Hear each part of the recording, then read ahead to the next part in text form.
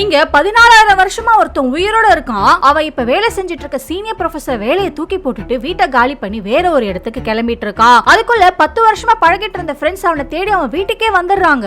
இவன் எடுத்து வச்சிட்டு இருக்க பொருள்ல ஒரு வேங்காக்கோட ஒரிஜினல் பெயிண்டிங் ஒன்னு இருக்கிறத பாக்குறாங்க. இது எப்படி உனக்கு கிடைச்சதுன்னு கேட்கும் போதுதான் அவனோட ஃப்ரெண்ட் அவனுக்கு கொடுத்ததா சொல்றான். ஆக்சுவலா இவன் 14,000 வருஷமா இருக்கிறதால வேங்காக் பீரியட்ல இவன் அவரோட ஃப்ரெண்டா இருந்திருப்பான். அப்ப அவரே இவனுக்கு டைரக்டா கிஃப்ட் பண்ண பெயிண்டிங்க தான் இவ்வளவு வருஷமா கூடவே வச்சிருக்கான். அதுக்கப்புறம் எல்லாரும் உள்ள வந்து இவனை வழி அனுப்பி வைக்கிறதுக்காக பார்ட்டி பண்ணிட்டு இருக்காங்க. அப்பதான் இந்த லேடி இவன் மட்டும் எப்படி 10 வருஷமா அதே வயசுல இருக்கான்னு கேள்வி கேக்குறாங்க. ஆனா இவனோட ரகசியத்தை சொல்லாம ஏதோ ஒன்னு சொல்லி மறைச்சிடுறான். இப்ப இன்னொருத்தர் இவன் வீட்டுல 10,000 வருஷத்துக்கு முன்னாடி கற்கால மனுஷங்க யூஸ் பண்ண ஒரு கல்ல ஒண்ணு பாக்குறாரு. இது எப்படி உனக்கு கிடைச்சதுன்னு கேக்குறாரு.